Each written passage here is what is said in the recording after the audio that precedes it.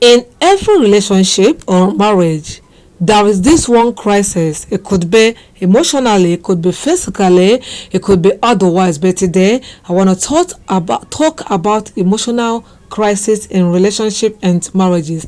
Hello, everyone. Welcome again to my channel today. So the topic is how to remain emotionally mature in crisis of relationship and marriage, right? You and I know that relationships and marriages can be challenging, right? Meanwhile, if you haven't subscribed to this channel, kindly tap on the subscribe button there to subscribe. Give this video a thumb up and help me to share this video. Yes, relationships and marriages can be challenging. If you aren't experiencing any in yours, kudos and good luck. But it is common in most marriages and relationships, so we must talk about it, especially during times of crisis. However, it is during these moments that emotional maturity is put to the test. So how can you remain emotionally matured in the midst of relationship and marriage challenges? How can you? Well, the first thing you need to do is to practice self-awareness. Yes, if you don't know what is happening, you won't know how to take care of it. Right? How does it affect you? How are you part of the problem so that you don't always blame someone else? Recognize your emotions and take responsibility for them. Yes, avoid blaming your partner or becoming defensive every time. Secondly, communicate it effectively. Express your feelings and concerns in a calm and respectful manner. Listen actively to your partner's perspective and try to understand where they are coming from. It's not always you. Yeah, don't blame. Don't always be so defensive. Listen actively and reason with him. Communicate it. What is it? What is the problem? Communicate it, right? Then focus on finding solution rather than placing blames. Work together to identify the root cause of the issue and collaborate on finding resolutions. If you don't work together to find the root cause of the problem, you would never find solution. You must know what is the cause of any problem before you think of finding solution. When you know what the problem is, what causes it, then you should be able to find solution to the problem. Right? Prioritize empathy, my dear race. Prioritize empathy and understanding. Put yourself in your partner's shoes and try to see things from their own perspective too, not only from yours alone, right? Don't always be selfish in your relationship or marriage. Please don't, right? So you have done all this. Yes, you need to take a time out. When it has to do with emotions, a break is required. Yes, take a time out, because when emotions are running high, take a break, calm down and collect your thoughts. This can help prevent escalations and allow for more constructive communications. So I would say walk away.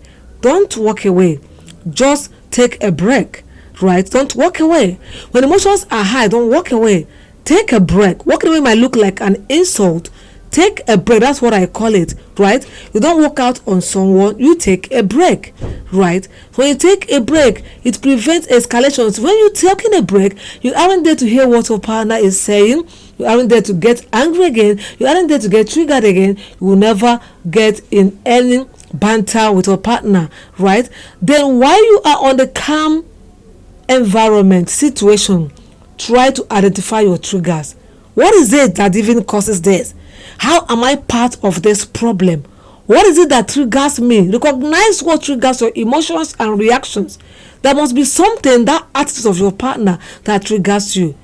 Understanding your triggers can help you prepare for challenging situations, right? Yes, and even challenging conversations. Then you know how to respond to it more thoughtfully, because you have noticed that which triggers you and you would never allow it happen again. If you don't recognize your trigger, it will keep reoccurring, right? Practice active listening. Listen carefully, my dearies. Listen carefully to your partner's perspective. Don't be so selfish. Listen to them and try to understand where they are coming from. Avoid interrupting or becoming defensive. Ensure that you are engaged in that conversation.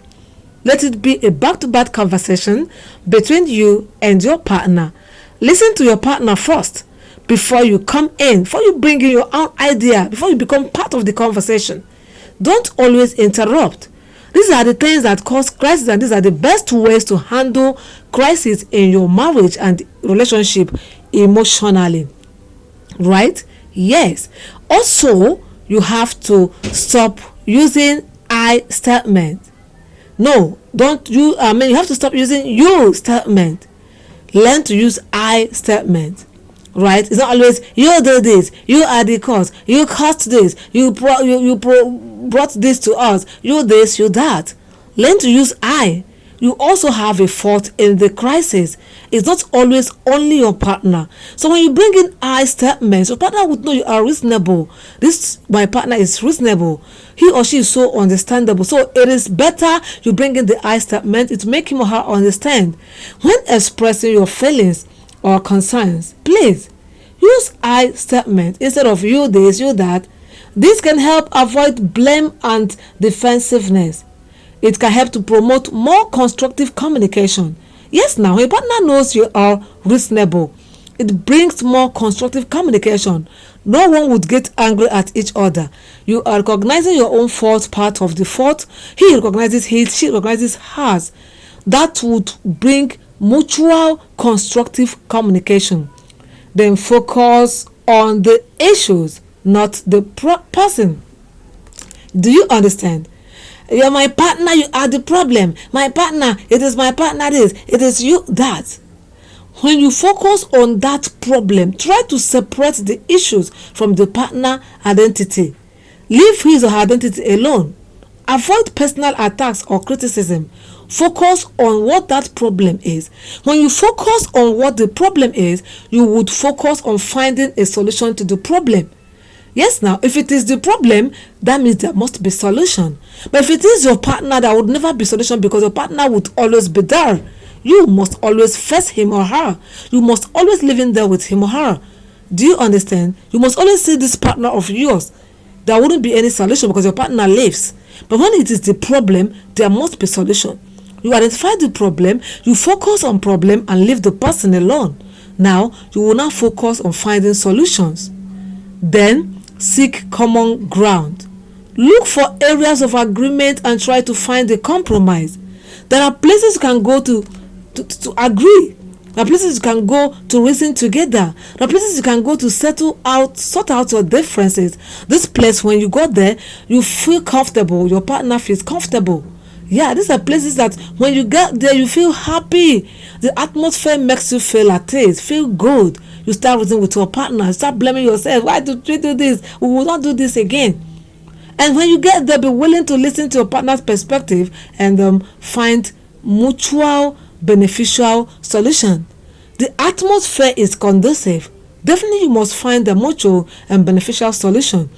But when you go to a place where there is crowd, people start blaming you, you bring in your family members, your partner brings in his, you bring in yours. That would never be a solution because the atmosphere there would never allow you reason together and find solution to the problem. But when you seek a common ground with good atmosphere, you should be able to reason with each other because the atmosphere would be so conducive and make you start feeling better, feeling at ease, forgetting what caused the problem. Rather, try to look for solution and promise not to have the problem again. Right? Then prioritize forgiveness and letting go. Good. Holding on to grudges and resentment can never let problems go. It can rather create more tension in your relationship and marriage. So practice forgiveness and letting go of past hurts to move forward and strengthen your bond. This can happen on that common ground. That is why you have to look for the place, because it most definitely helps prioritize forgiveness and letting go because they are at a very good atmosphere. Then cultivate emotional intelligence. Develop self-awareness, self-regulations, and empathy. I think I've mentioned this before. To better navigate relationship challenges. Emotional intelligence can help you respond more thoughtfully and constructively in difficult situations. Right? Seek support where necessary. Yeah, You may not know how to handle it all. You may think you have exhausted all the possible strategies you think you require for you to find solution, and it isn't working. Seek support. Don't be afraid to seek support from friends, family, or therapists, experts, professionals. Talking to someone outside of the relationship can provide new insight and help you develop coping strategies, but sort wisely, right? Sorting for support, sort wisely. Seeking for professionals, seek wisely. Therapists will do, right? They will help you develop coping strategies, right? And I tell you what, proactive self-care. Take care of yourself physically, emotionally, and mentally. Yeah, take care of the well-being of all this. Engage in activities that bring you joy. Practice relaxation, then prioritize your rest and relaxation. If you are passing through too much stress, whether physical stress, emotional stress, or mental stress, if you passing through all this, you would never have peace. You cannot handle that emotional crisis in your marriage or relationship. So you have to find a place to prioritize your own rest, self-care, right? So there is, by practicing all this, effective communication, self-awareness, finding solution, empathizing, forgiveness, taking a time out, finding out what triggers you. When you prioritize all this, when you do all this, you can remain emotionally mature in the midst of relationship and marriage crisis. Remember, relationships and marriages are a journey, and you navigating challenges together can actively strengthen your bond and faster growth. I hope this helps.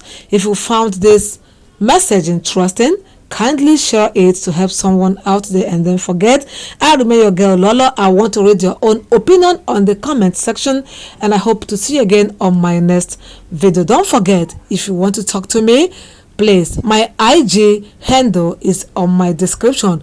Feel free to come to my inbox to talk to me. We have cases of issues of like this which we handle. We will always attend to you, and you would definitely, by his grace, find solutions. So guys, I appreciate you for coming. I appreciate your support.